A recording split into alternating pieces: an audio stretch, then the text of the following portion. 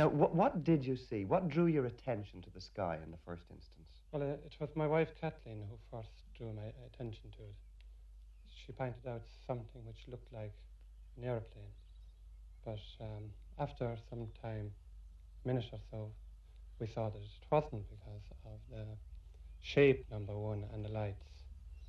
And at this stage, it consisted of, to our mind, it looked like a cloud with two lights shining out of it, but they weren't flashing on and off as you would see in an aeroplane. When we had travelled about 2 miles of the road, it had dropped to a level of about 100 feet from the ground. And how far away from it were you from it at this time? It's very difficult to say, but it looked like 150 to 200 yards. It was more or less hovering at this stage. Could you see a shape at this stage? No, just a mass of light. And it was coming down from the sky? It had come down, and at this stage it was hovering. And what about colours? Was it red or white or what? It consisted of 3 colours, an orange and crimson light, which seemed to be coming more from the top of the object, the whole thing was surrounded then by a mass of bluish fog or vapour, which more or less obscured the whole object. Well, what was its shape? It was spherical, half a sphere, I suppose you could describe it. And did it actually come down and touch the ground? Well, I had been looking at it. When we got to the point where we saw it hovering, I stopped the car, switched off the lights and engine, to see if I could hear any noise. There was no noise from it. It was moving in a kind of a backward, forward direction and dropping very slowly. I was looking over a 5-foot fence, and Kathleen at this stage got quite frightened. Well, what frightened you about it, Mrs. Shelley? I just couldn't understand what it was. Well, what did you think it was? Well, I did think it was some, I won't say flying saucer, some identified object, something I'd never seen before, something unnatural to my mind. Yes. Did you get out of the car at this No, stage? I didn't. I stayed inside and I called John. But you had a clear view of it? Yes, I could. The window was down and I could see it, probably not as well as John saw it at the stage when it was hovering. But I was watching it the whole time while it was descending from the sky. And indeed, it's just what John said it was. You saw just what he saw. Exactly. We discussed it afterwards just to make sure, and we did see exactly the same thing.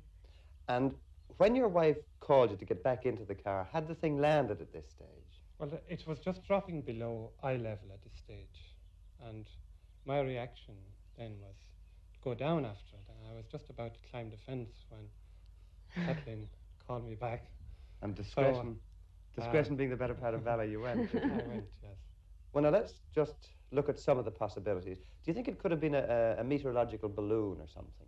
This was my first thought, actually, that it could have been something like that. But then, of course, I don't know very much about meteorological balloons, but I would have thought that it couldn't drop so fast from the sky.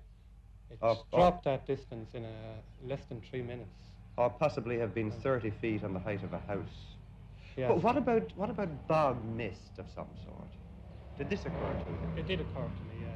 Well, now, you've had a week or more to reflect on this. Have you thought what it could possibly be? I'm keeping an open mind on it. I'm not convinced of anything yet. But the Shelleys were not the only ones to make this odd sighting. Young Ellen O'Donnell was coming home 1.5 hours later with her boyfriend when she saw the lights too. I saw this strange object. I can't... over there, and... Up against the hill? Yes, up against the hill, and I just said to Teddy, there's something over there, and he said, don't mind it. What colour was it, Ellen? Oh, every colour, orange, crimson. I think there were a slight, There were lights coming out of it? No, not exactly. What shape was it, would you say? Shape. It Was was more round than anything else, I'd say. I'd say it was just something I An don't aeroplane, really know. maybe? No, I wouldn't say that at all. What about some sort of mist? Could it have been No, mist? I wouldn't say that either, because it was something I never saw before, and Well, did it frighten you? yes, it did. What did you do? Did you go straight home? I jumped into Teddy's arms. And off you went then, did you? No, well, we saw it. We were walking and we saw it. But was it the moon? Suppose it was the moon. No, it wasn't the moon. No, definitely. Or some Wasn't the moon. stars. No, no. Just something I just couldn't really describe it. It wasn't stars or the moon for that matter.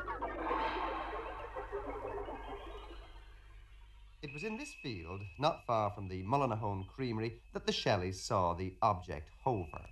And because it was suggested to us by Mr. Desmond Leslie, who's something of a UFO expert, that we should have the ground hereabouts tested for residual radiation possibly left by this object, we asked Mr. Eddie Bergam, the South Tipperary Civil Defence Officer, and his assistant, Mr. Eddie O'Neill, to sweep the area with Geiger counters.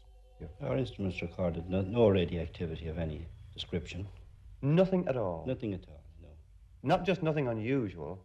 Nothing at all, actually. If the radioactivity was present at today, it certainly would have shown on the instruments. Well, now, it's a fortnight roughly since this sighting was made. Suppose something had landed there that made the area radioactive. Would there be a possibility that all traces of it would have disappeared by now?